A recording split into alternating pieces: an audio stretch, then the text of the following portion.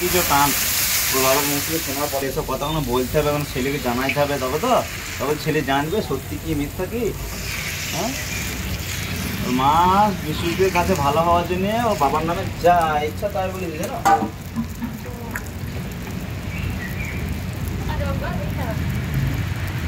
এত মিথ্যা কথা বলেছি, তোমার কি বলবো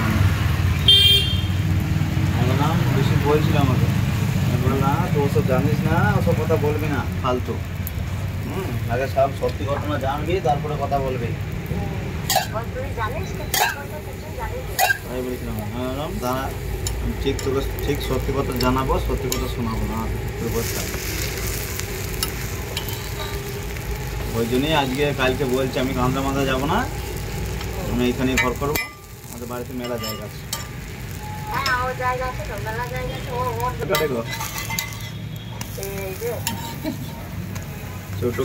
ছোট কাকিমার মেজি কাকি, এরও 32 বছর, ওরও 32 বছর।